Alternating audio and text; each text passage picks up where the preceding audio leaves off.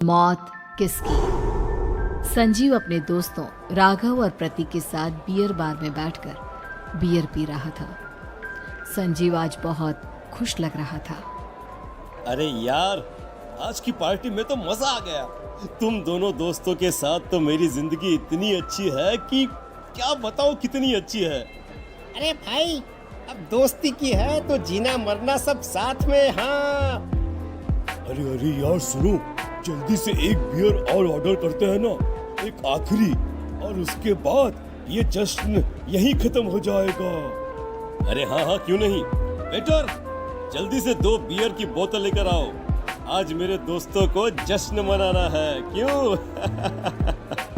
इतने में वहां पर एक बहुत सुंदर लड़की छोटे छोटे कपड़े पहनकर हाथ में बियर की बोतल लेकर उसके पास आती है। ये लीजिए, आपने बियर ऑर्डर की थी ना, मैं लेकर आ गई। क्या बात है यार, इस बार की वेटर तो बड़ी सुंदर है। अब बियर लेकर आई हो तो अपने हाथों से ही पिला दो ना। हाँ, क्यों नहीं, जैसा आप बोलोगे मैं वैसा ही करूँगी। क्या बात है यार, अब तो लगता है रोज यहीं आना पड़ेगा। उसके बाद वो लड़की उन तीनों को बियर सर्व कर देती है। पार्टी करने के बाद वो तीनों अपने अपने घर जाते हैं। प्रतीक, संजीव और राघव को उनके घर छोड़कर जैसे ही अकेला अपनी कार में आकर बैठता है तो अचानक उसे एहसास होता है जैसे उसकी कार की पीछे वाली सीट पर कोई बैठा हुआ है। वो तुरंत पीछे मुड़कर देखता है। तुम यहाँ क्या कर रही हो? और तुम मेरी कार में कब आई? अरे तुम तो बार में वेटर थी ना। बस ऐसे ही मेरा दिल कर रहा था आपके साथ आपके घर चलने का, इसलिए मैं आपके साथ चली आई। अरे लेकिन तुम मेरी कार में आई कब? अभी कुछ देर पहले तो यहाँ पर मेरे दोस्त बैठे हुए थे। प्रतीक के इतना बोलते ही उस लड़के का चेहरा खतरनाक तरीके से बदल जाता है। उसकी आंखें पत्थर की तरह सफेद और पूरे शरीर पर नीली नीली नसें उभर आती है। गाड़ी चलाओ, पूरी स्पीड में चलाओ, और अगर तुमने गाड़ी रोकने की कोशिश भी की तो मुझसे बुरा कोई नहीं होगा। डर की वजह से प्रतीक के पसीने छूटने लगते हैं। उसका शरीर बुरी तरह से कांप रहा था। प्रतीक बिना कुछ सोचे समझे कार को फुल स्पीड से चलाना शुरू करता है। चलते चलते वो शहर से दूर एक पहाड़ी पर पहुंच जाता है और सामने अब सिर्फ पहाड़ी का किनारा दिख रहा है, जिसे देख प्रतीक घबराकर अचानक से कार को ब्रेक लगाता है। देखो, मुझे छोड़ दो मुझे। अगर मैंने गाड़ी जरा सी भी आगे बढ़ाई तो हम दोनों नीचे गिरकर मर जाएंगे। ये तो तुम्हें पहले सोचना चाहिए था ना। अब कुछ नहीं हो सकता।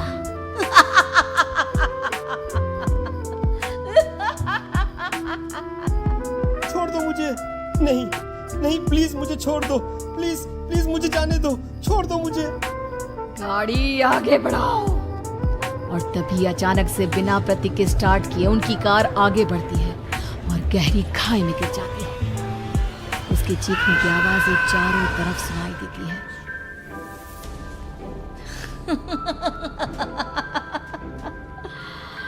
तुझे मारकर मेरे कलेजे में जल रही आग को थोड़ी शांति तो मिल गई, लेकिन अभी ये कहानी खत्म नहीं हुई। और फिर अगले दिन राघव और संजीव को पता चलता है कि प्रतीक की पहाड़ी से नीचे गिरकर मौत हो गई। अरे कल रात की तो बात है यार, हम सब बैठकर पार्टी कर रहे थे, लेकिन मेरी एक बात समझ में नहीं आ रही। राघव शहर से इतना बाहर उस पहाड़ी पर इतनी रात को क्या करने गया था? अरे यार, वही सोचकर तो मैं भी परेशान हूँ। हम दोनों को छोड़ने के बाद तो वो सीधा अपने घर जाने वाला था, और वो आत्महत्या क्यों करेगा भाई? कल रात तक वो कितना खुश था, हमारे साथ सेलिब्रेट कर रहा था। हाँ, लेकिन पुलिस ने तो यही कहा है कि प्रतीक ने अपनी कार को जानबूझकर पहाड़ी से नीचे गिरा दिया और आत्महत्या कर ली। अरे यार संजीव, मेरी तो कुछ भी समझ में नहीं आ रहा है। चल ठीक है, अब मैं अपने घर जाता हूँ। Okay bye. राघव अपने घर में अकेला था। दोपहर का वक्त था। तभी दरवाजे की घंटी बजी। कौन है? अरे 1 मिनट रुको, अभी आता हूँ। राघव ने जैसे ही दरवाजा खोला उसने देखा कि सामने एक बहुत खूबसूरत लड़की खड़ी हुई है। कौन है आप और यहाँ किससे मिलने आई है? देखिए ना, बाहर बारिश शुरू हो गई थी, मेरी गाड़ी खराब हो गई है। आपका घर नजर आया तो सोचा कुछ हेल्प ले लेती हूँ। क्यों नहीं, आइए ना, आइए आइए।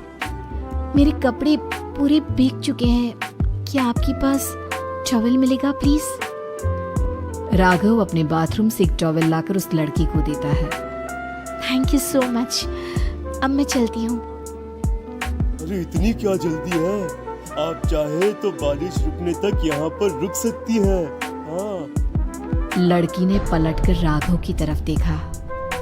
नहीं, मुझे जाना होगा, मेरा काम बाकी है। और वो वहां से चली गई। उस लड़की के जाने के बाद राघव अपने बाथरूम में नहाने के लिए गया और जैसे ही उसने बाथरूम में देखा तो उसका टॉवल वहीं पर लटका हुआ था। उसने टॉवल हाथ में लिया तो देखा कि उसका पूरा टॉवल खून के धब्बों से सना हुआ है। अरे अरे ये क्या?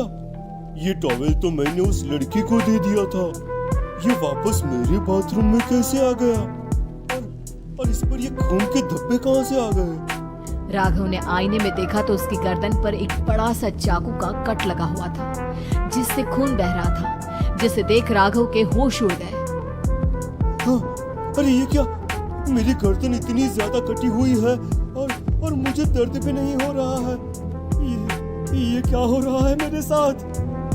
राघव घबराकर बाथरूम से बाहर आया और अपना मोबाइल उठाकर उसने संजीव को फोन लगाया। संजीव जल्दी से मेरे पास आ जाओ। मुझे लगता है कुछ बहुत बड़ी गड़बड़ है, जल्दी आ जाओ। उधर से आवाज आई, लेकिन वो आवाज संजीव की नहीं बल्कि एक लड़की की थी। कुछ अजीब नहीं हुआ है, बस तुम्हारी मौत तुमसे मिलने आई थी और तुम्हें मारकर चली गई। अब तुम इस दुनिया का हिस्सा नहीं हो राघव, इसलिए तुम्हें अपनी गर्दन के कटने का दर्द भी महसूस नहीं हो रहा। नहीं, ऐसा नहीं हो सकता, ऐसा नहीं हो सकता। कौन हो तुम? तुम्हारी मौत। अब संजीव के पास खबर पहुंचती है कि राघव ने अपने ही घर में चाकू से गर्दन काटकर आत्महत्या कर ली। ये सुनने के बाद संजीव के होश उड़ गए। वो पसीने से तरपतर हो गया और एक अनजाना डर अब उसके दिल को सताने लगा। संजीव के साथ ही उसका एक छोटा भाई राजीव भी रहा करता था। अपने भाई को इस तरह परेशान देखकर राजीव उसके पास आया। अरे भैया, क्या हुआ भैया? आप इतने घबराए हुए क्यों लग रहे हैं? प्रतीक और राघव की मौत, मेरा मतलब मेरी कुछ समझ में नहीं आ रहा भाई। अचानक से मेरे दोनों दोस्तों ने आत्महत्या क्यों कर ली? अरे वो तो मेरी भी समझ में नहीं आ रहा है भैया। हाँ, हो सकता है कि कोई परेशानी होगी और इसीलिए उन्होंने ऐसा किया होगा। हाँ, लेकिन दोनों की जिंदगी में एक साथ परेशानी और दोनों का इतनी खतरनाक तरीके से आत्महत्या करना, कहीं ऐसा तो नहीं मैं भी मर जाऊंगा? अरे आप ऐसी बातें क्यों कर रहे हैं भैया? वैसे ही मैं इतना परेशान हूँ। जब से अंजलि ने मेरा साथ छोड़ा है तब से सब कुछ बहुत अजीब सा हो गया है। रोज रात को डरावने सपने आते हैं। ऐसा लगता है जैसे अंजलि बार बार मेरे सपनों में आकर मुझे डराने की कोशिश करती है। अंजलि का नाम सुनते ही संजीव की आंखें फट गई और उसके गले में आवाज अटक गई। उसके चेहरे पर घबराहट साफ नजर आ रही थी। कौन थी वो लड़की जिसने प्रतीक और राघव को आत्महत्या की आड़ में मौत के घाट उतार दिया? और कौन थी अंजलि जो बार बार राजीव के सपनों में आकर उसे डरा रही थी? अंजलि का नाम सुनकर संजीव इतना घबरा क्यों गया? इन सवालों के जवाब जानने के लिए देखिए इस खतरनाक कहानी का अगला भाग।